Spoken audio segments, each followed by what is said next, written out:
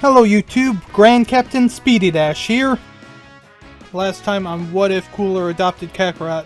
Cooler and Kakarot trained on planet Yardrat before stopping another Cooler. How will Cooler's defeat at the hands of Cooler affect future events? Find out now. Time passes with Trunks and Budokai growing into strong kids, both already Super Saiyans. Trunks is happy training but neglects his studies, while Budokai is happy studying but dislikes fighting. Raditz is happy to brag about Budokai being stronger than Trunks.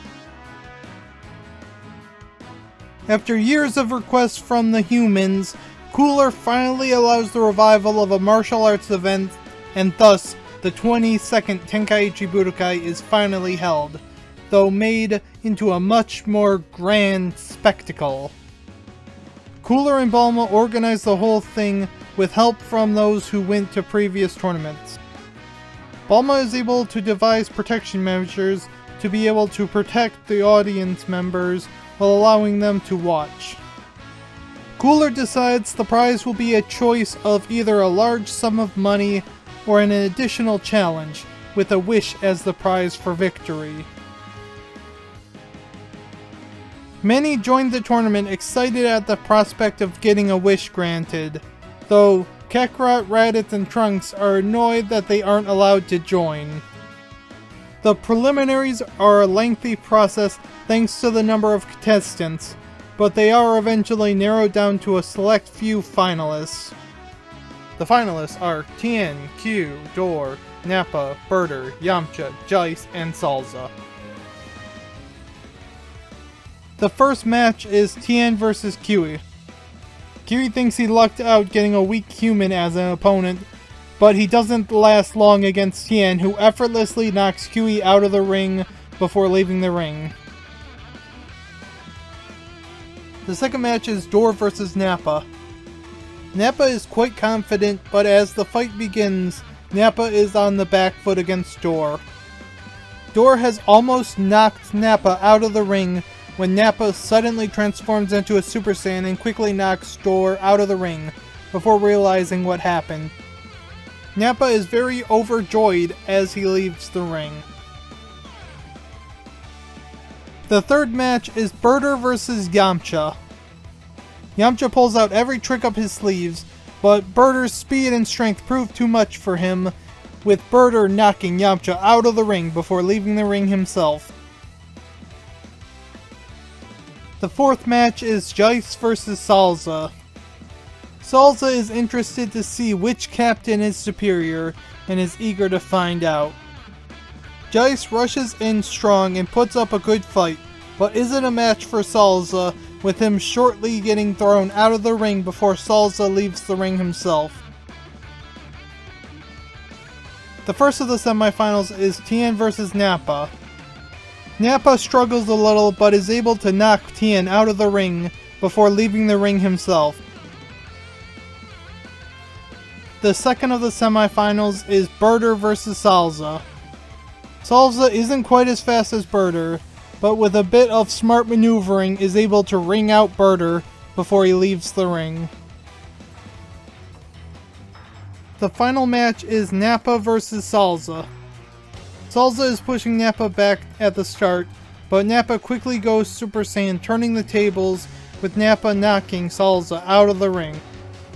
Nappa states that he wants to take the challenge for the wish. Kakarot enters the ring and tells Nappa that the challenge this time is a fight against him. Nappa is eager to see which Super Saiyan is superior, with them both quickly going Super Saiyan. Kakarot is on the back foot until he goes Super Saiyan 2, which gives him a slight edge. Nappa isn't defeated just yet and is banking on his stamina to win the match, but Kakarot is aware of this fact and decides to show off his new form. Kakarot gathers his strength and begins transforming, causing the whole planet to begin to shake, even with Bulma's protections. Everyone is shocked by Kakarot's new form. Even Cooler was in the dark about it. Nappa rushes in but is powerless against Super Saiyan 3 Kakarot. Kakarot knocks Nappa out of the ring before leaving the ring himself. Cooler is impressed by the new form and asks Kakarot if he would want a wish on the Dragon Balls, but Kakarot doesn't have any wishes he wants. Time passes with everything being peaceful until Earth gets a visit by a god of destruction. Beerus and Whis arrive at Capsule Corp and are greeted by King Cold, with Cooler shortly coming to welcome them as well. Cooler is curious about the reason for Beerus' visit and what he can do to assist, with Beerus stating he's here looking for the Super Saiyan God. King Cold and Cooler had heard the legends of the Super Saiyan God, but didn't put much faith in them. Cooler prepares a feast for Beerus while they wait for the Saiyans to arrive in case any of them know something. The Saiyans arrive but are just as clueless as everyone else. Beerus states that if it wasn't for the food, he'd be destroying the planet right now. Kakarot asks about using the Dragon Balls to wish for the Super Saiyan God, with Cooler agreeing to the idea. Shenron tells them about the ritual to make a Super Saiyan God. Bulma confesses about how she is pregnant again and questions if that could work for the last Saiyan needed. They perform the ritual on Kakarot, with Kakarot becoming a Super Saiyan God. Beerus approaches Kakarot ready to start the fight. Kakarot quickly adapts to Super Saiyan God, but it still isn't enough to beat Beerus. Seeing his son struggle, Cooler decides to join the fight, going golden. Cooler is able to catch Beerus off guard, allowing him and Kakarot to push back Beerus momentarily, but Beerus quickly regains control of the fight. Even together, they aren't enough to beat Beerus, with Beerus shortly beating both of them. Beerus states that they performed well enough to keep him from destroying the Earth. Kakarot asks if it would be possible for them to get training, which Beerus agrees on the condition they bring food every time they come to train. After the to-go package was finished being prepared, Beerus and Whis head home.